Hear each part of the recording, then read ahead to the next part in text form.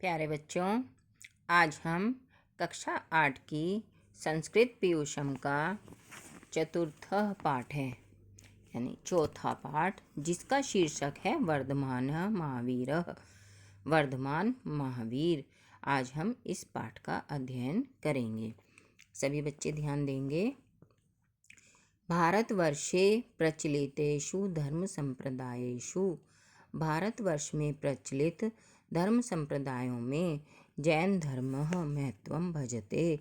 जैन धर्म महत्वपूर्ण स्थान रखता है। वर्धमान महावीर। वर्धमान महावीर एतस्य जैन धर्मस्य अन्यतमः महापुरुषः आसीत्। इस जैन धर्म के अन्यतम महापुरुष अर्थात सर्वश्रेष्ठ महापुरुष थे।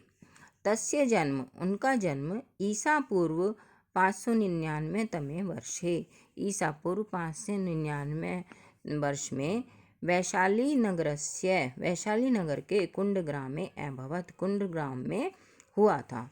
बाल्यकाले तस्य नाम वर्धमान आसीत्। बाल्यकाल में बचपन में उनका नाम वर्धमान इति आसीत्, इस वर्धमान था।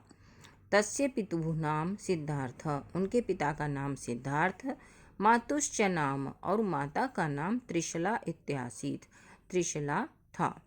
सह शैशवात् एव, वह बचपन से ही बुद्धिमान, सदाचार संपन्न, विचारशीलश्च आसीत्, बुद्धिमान, सदाचार युक्त और विचारशील थे।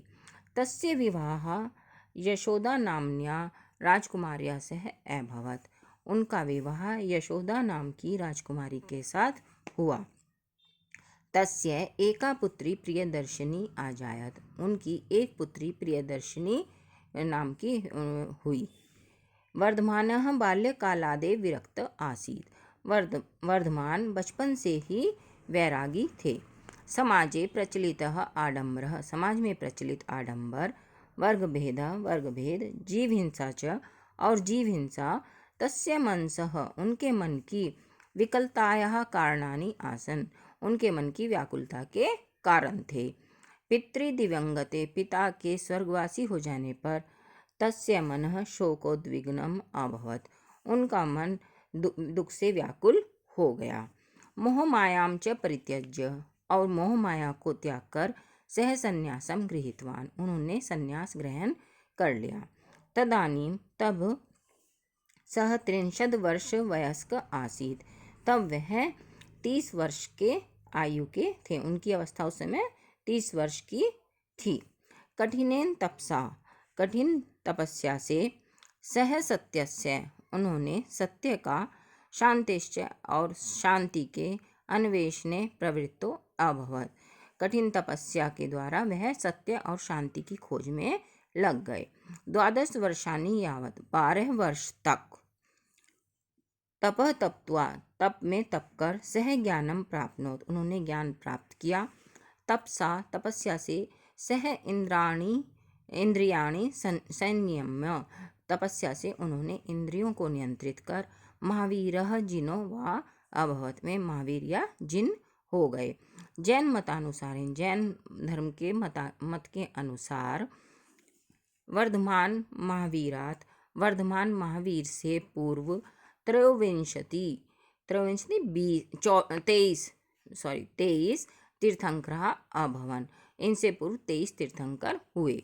महावीरः जैन धर्मस्य अंतिमः, महावीर जैन धर्म के अंतिम 24वें तीर्थंकर आसीत्, 24वें तीर्थंकर थे।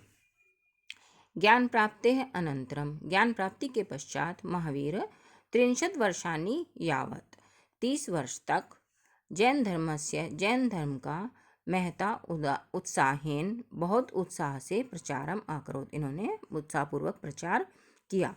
शनैः शनैः भारतस्य प्रायशः सर्वेषु राज्येषु जैन धर्मस्य सम्यक प्रचारः संजातः, शनैः शनैः धीरे धीरे भारत के प्राय सभी राज्यों में जैन धर्म का अच्छी प्रकार से प्रचार हो गया।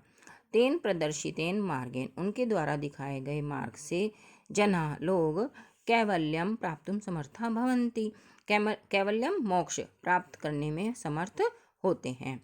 तस्य मतेन, उनके मत से, न केवलम मनुष्य, केवल मनुष्य ही नहीं, पशुआ पक्षिणः व प्राणवंतः, उनके मतानुसार केवल मनुष्य, पशु या पक्षी ही सजीव नहीं होते, प्राणवान नहीं होते, अपितु वृक्षादिषु प्रस्तरादिषु अपि प्राणः सन्ति, अपितु वृक्ष आदि में और पत्थर आदि में भी प्राण होते हैं। महावीरस्य उपदेशानुसारेण, महावीर के उपदेश के अनुसार सम्यक दर्शन, सम्यक ज्ञान, सम्यक चरित्र इति त्रिरत्न उपासनया जनाः मोक्षम लभन्ते। महावीर के उपदेश के अनुसार सम्यक दर्शन, सम्यक ज्ञान और सम्यक चरित्र, इन 3 रत्नों की उपासना से लोग मोक्ष को प्राप्त करते हैं। शुद्ध आचरण के लिए सत्य, अहिंसा, अस्तेय, ब्रह्मचर्य और अपरिग्रह इति 5 महाव्रतानाम, इन 5 महाव्रतों का विधानम सह अकरोत्, विधान उन्होंने किया। साधारण जनैः सह, साधारण लोगों के साथ, बिंबिसार, अजातशत्रु प्रभृतयो, बिंबिसार और अजातशत्रु आदि राजानः अपि, राजा भी तस्य उपदेशैः प्रभावितः अभवन्, उनके उपदेशों से प्रभावित हो गए। तेन उपदिष्टस्य मार्गस्य, उनके द्वारा बताए गए मार्ग के सत्यम अहिंसा च, सत्य और अहिंसा आधारभूत स्तंभ हैं। द्विसप्तति वर्ष वयसी, द्विसप्तति 72 वर्ष की अवस्था में पाटलिपुत्र समीपे, पाटलिपुत्र के निकट पावापुरी स्थान पर महावीर रुग्णो जातः, महावीर रोगी हो गए यानी बीमार हो गए, निर्वाणम च प्राप्त, और निर्वाणम मोक्ष को उन्होंने प्राप्त कर लिया। तो बच्चों, इस प्रकार से आपको इस पाठ को तैयार करना है। धन्यवाद।